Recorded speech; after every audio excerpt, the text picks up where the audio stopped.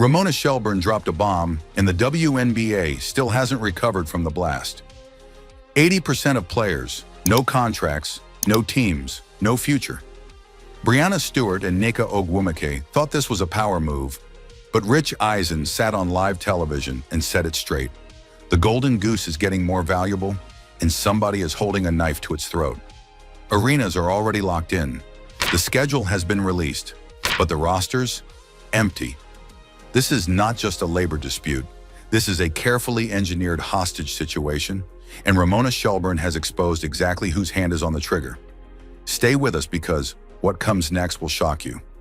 The 80% bomb here is where things stop being a labor story and start being something far more calculated. The WNBA Players Union did not stumble into this situation. They engineered it. Ramona Shelburne confirmed on the Rich Eisen show that the union told its members, all of them, to sign one-year deals last season. Everyone timed their contracts. Everybody signed one-year deals, and everyone timed their contracts to coincide with this new CBA. Not 2-year deals, not 3-year. Deals 1 year on purpose. The message was simple. Sign short. When the Caitlin Clark money comes in, we cash out together. Brianna Stewart, Nneka Ogwumike, Nafisa Collier. These veterans have been in this league for years. They have seen it go from playing in near-empty gyms to selling out arenas. They know how fragile this sport is, and they still chose to pull every contract off the table at the same moment.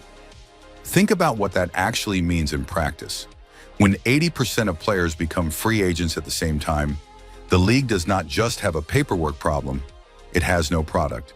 You cannot schedule games without players. You cannot hold a draft without a salary cap. You cannot sign free agents without knowing what the rules are. The entire engine of professional basketball just stopped. And this was not some spontaneous walkout.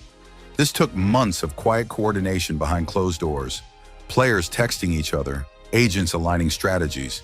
Union leadership held meetings where everyone agreed we would go together or we would not go at all.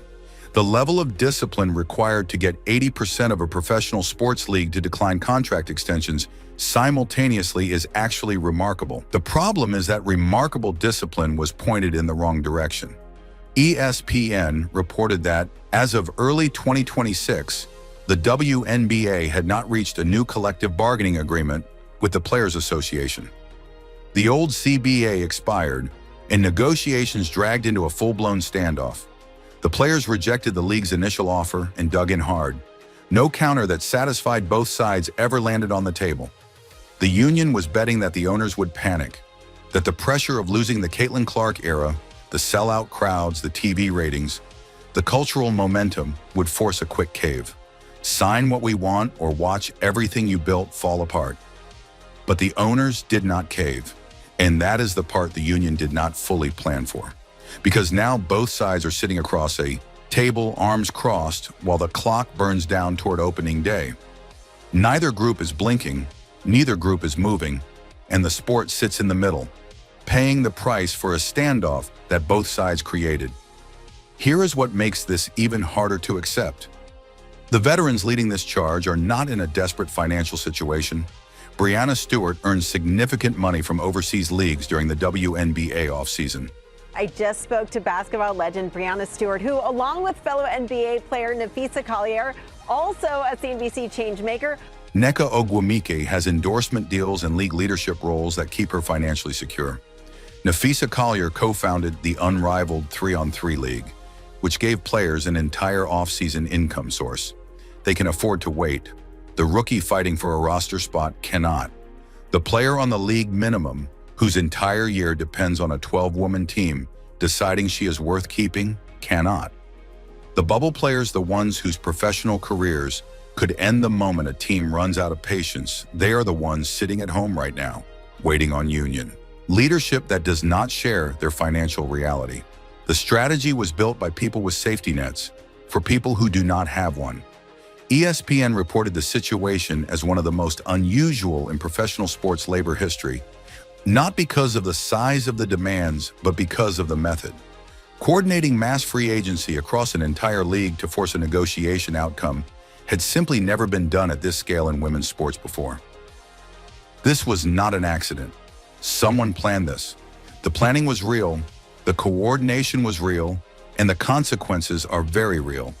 The only question left is whether the plan was actually smart enough to work, or whether the union just handed the owners a reason to hold firm forever.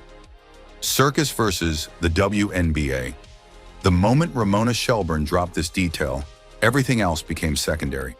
The WNBA released its 2026 regular season schedule, teams, dates, matchups, and the full thing without knowing who would be on any of those teams.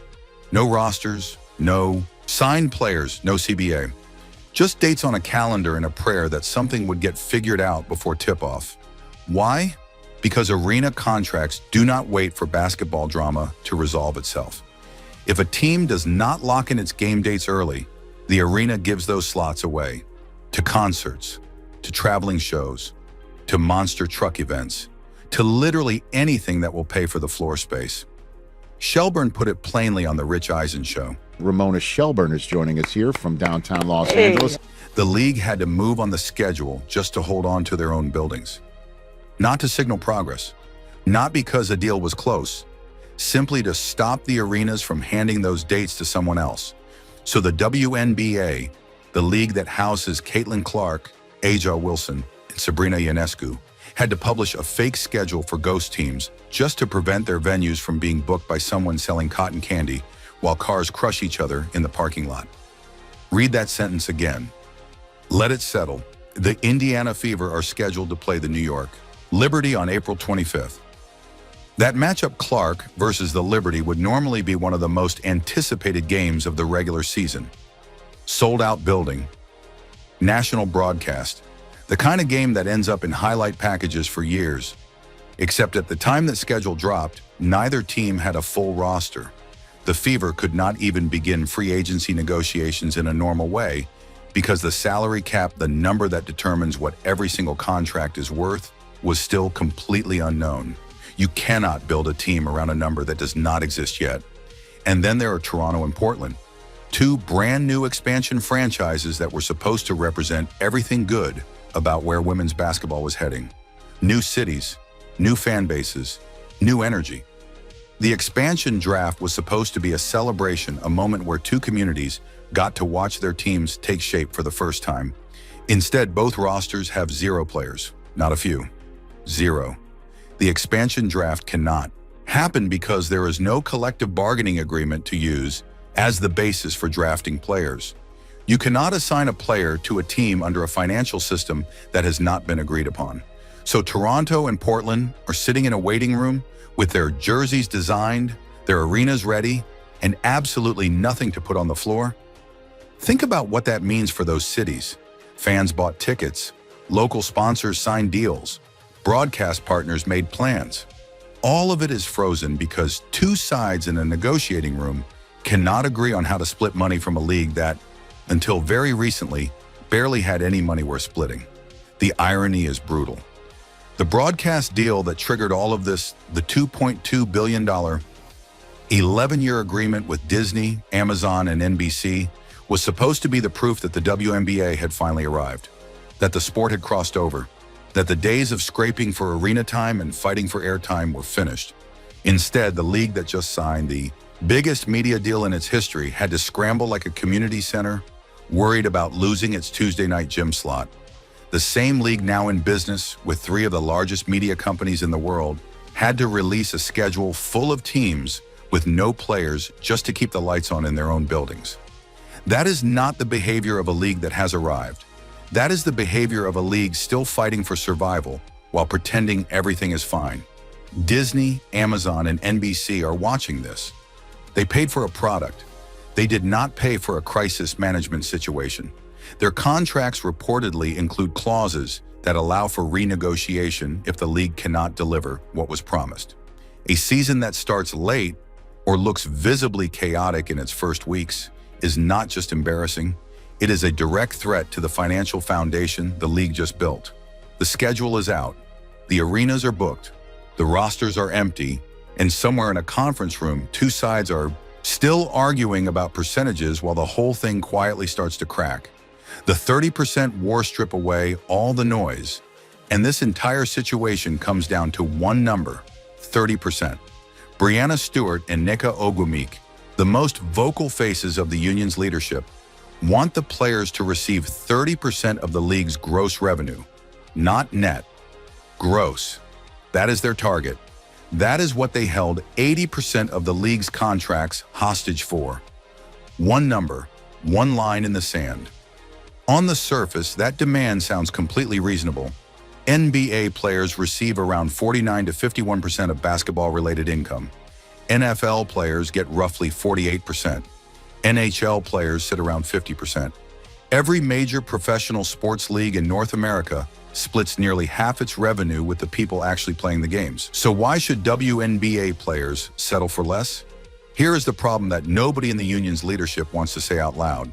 The NBA has been profitable for decades. The NFL prints money. The WNBA has been operating at a financial loss for most of its nearly 30-year existence. The league's owners, many of them NBA ownership groups, have collectively absorbed hundreds of millions of dollars in losses since 1997.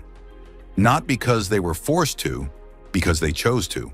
They kept the lights on in a league that could not yet sustain itself commercially, betting that the sport would eventually reach the mainstream. For the first time in WNBA history, that bet was starting to pay off. Caitlin Clark's rookie season in 2024 did something no marketing campaign, no rebranding, and no amount of social media strategy had ever done it, made casual American sports fans care about women's basketball. TV ratings hit record highs, road games sold out. The Indiana Fever became one of the most watched teams in the entire sport, and off the back of that momentum, the league secured a $2.2 billion 11-year broadcast deal with Disney, Amazon, and NBC. That deal was the largest in WNBA history by a distance. The owners came to the bargaining table with that context. They brought an offer that, by multiple reports, included substantial salary increases across the board. Average player salaries were set to rise significantly under the proposal. The union looked at it and said no. They wanted 30% of gross revenue. The owners said the business could not support that number yet. The union told its players to let every contract expire. And this is where the conversation has to get honest about who actually gets hurt. The veterans driving this strategy, Stewart, Ogwumike, and Collier, have financial cushions that most of their teammates do not. Stewart plays overseas in the offseason. Ogwumike has endorsement income. Collier co-founded the unrivaled 3-on-3 league, which paid players six-figure salaries during the winter months. These women are not sitting at home watching their bank accounts drain while negotiations stall. The rookie trying to crack a 12-woman roster is the third-year player on a minimum contract whose entire annual income from basketball fits inside a number that Stewart makes in a single endorsement deal is the bubble player who has spent years fighting for a spot in this league, whose livelihood depends entirely on a WNBA paycheck, is paying the price for a standoff she had almost no say in designing. Union leadership made a decision that cost them very little personally. The people absorbing that cost are the ones with the least leverage, the smallest platforms, and the fewest options. Adam Silver stepped in publicly and warned both sides that the window to fix this was closing. He knows the broadcast partners are watching. He knows the expansion teams are in limbo. He knows what a delayed or canceled season does to a league that just started mattering. The question was never whether the players deserve more money. They do. The question is whether the people leading this fight built a strategy that actually protects everyone, or just the ones already protected. Choking the goose, Rich Eisen said it without blinking. There's a golden goose that's getting more valuable. He meant Caitlin Clark, and he was exactly right. What Clark did for the WNBA in her rookie season in 2024. Caitlin Clark has been named WNBA Rookie of the Year, the #1 overall pick. Didn't only break rookie records in her first year in the W, but was not just impressive. It was the kind of shift that sports economists write case studies about. She broke the league's all-time single-season scoring record. The Indiana Fever sold out every road game, every single one, for the first time in franchise history. Teams across the league reported triple-digit percentage increases in attendance on nights when Clark was the visiting player. Television ratings reached levels the sport had never come close to before. A regular season WNBA game drew more viewers than some NBA playoff matchups. That had never happened. Not once in 27 years. The league stopped being a niche product and became a genuine cultural moment. Late-night television talked about it. Sports radio debated it daily. Journalists who had never covered women's basketball were suddenly filing features. Brands that had never touched the WNBA were calling about sponsorship deals. People who had genuinely never watched a women's basketball game were buying tickets, downloading the app, and arguing about box scores on social media. That kind of energy does not grow on trees. It does not come from a marketing budget. It comes from one person at the right time, in the right sport, catching fire in a way that cannot be manufactured. And it is incredibly fragile. The casual fan who discovered the WNBA through Caitlin Clark is not loyal to the league as a brand. They are loyal to her. That distinction matters more than anything else in this entire negotiation. If the 2026 season does not start on time or starts late and looks disorganized and underprepared, those fans are not going to sit by the television and wait patiently. They are going to watch the NBA playoffs. They are going to go outside. They are going to find something else, and they are going to forget this league existed. Gino Auriemma, who has coached more women's basketball talent than almost anyone alive, said it plainly. Once you lose a casual fan's attention, winning it back takes years of sustained work. The WNBA does not have years. It has one window. One. And that window exists entirely because of one player's rookie season. The timing of what comes next makes this even harder to process. Paige Bueckers is entering the league as the #1 overall pick, a generational college talent with a massive following and the kind of game that translates immediately to the professional level. Erike Ogunbowale is entering her prime. Dejounte Carrington has built a genuine fan base. Juju Watkins, coming back from injury, is another name that could add serious star power to the league's next chapter. The talent arriving right now is not average. It is exceptional. The broadcast deal is worth $2.2 billion. The stadiums are bigger, the cameras are better. The infrastructure for a breakout era is all sitting there, fully built, waiting to be used. And the Players Union chose this exact moment, this specific window in history that took 30 years to arrive, to coordinate a mass contract expiration and bring the entire operation to a halt. The Golden Goose was not just laying eggs. It was laying golden eggs for the first time in the league's existence, bigger every season, more valuable every month, a compounding asset that was only going to keep growing if someone just let it run. Instead, someone handed the union a knife, and right now nobody is putting it down. March or never, Ramona Shelburne told Rich Eisen the pressure point was not some distant future date, it was March. We are in March now. The calendar is not pausing for anyone. Here is what needs to happen in the next few weeks for the WNBA to have any chance of a normal 2026 season.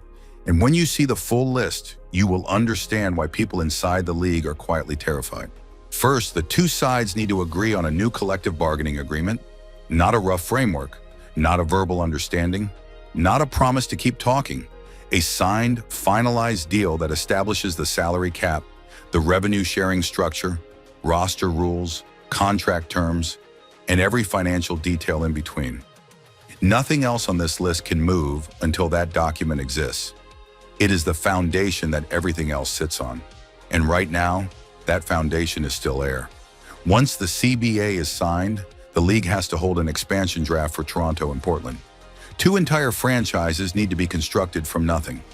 Normally, expansion draft preparation takes weeks. Front offices study film, rank available players, map out roster needs, and build a strategy over months of work. When this CBA finally gets done, they will have days, maybe less. Executives who have built rosters over full off seasons will be making franchise-defining decisions on timelines that would embarrass a fantasy sports draft. Then free agency opens. And this is where the word chaos stops being dramatic and starts being an accurate description. With 80% of the league unsigned at the same time, this is not a normal free agency period. It is a flood. 100 players entering the market simultaneously, all needing contracts, all being evaluated by teams that are also trying to figure out their own salary cap situations for the first time. General managers will be making decisions in hours that normally take weeks of negotiation.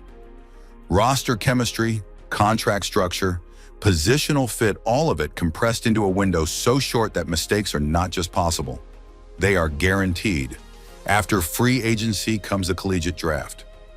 Paige Buchers and the rest of the 2026 draft class have been waiting for months to find out where their professional careers begin. Teams are supposed to enter draft night with a clear picture of their roster needs. Instead, they will be drafting into rosters that were built 48 hours earlier by general managers running on no sleep and incomplete information. The draft has always been one of the league's most important nights for building fan excitement in new markets. This year, it risks becoming an afterthought buried inside a logistical emergency. Then training camp, then preseason, then actual games in front of actual fans who paid actual money for tickets. Even if a deal lands on the table tomorrow morning, the product that shows up on the floor in May is going to be rough. Teams assembled in days with players who have never shared a practice court, coached by staff who barely know their rosters. That does not produce clean, compelling basketball. The first month of the season could end up being the most visible, most televised evidence of everything that went wrong in this negotiation. Disney, Amazon, and NBC paid $2.2 billion for this league. Their broadcast contracts reportedly include clauses allowing renegotiation if the product they were sold cannot be delivered. A shortened or delayed season is not an inconvenience. It is a contract conversation nobody in the WNBA wants to have. Shelburne called the schedule release a blink by the league. Both sides have blinked once now. The sport still has a way out, but the door is open by inches, and it is closing every single day that nobody walks through it. Here is where we are right now, a league with its biggest broadcast deal ever. 2 new cities are waiting for their first rosters. The most marketable player in women's basketball history heading into year 2.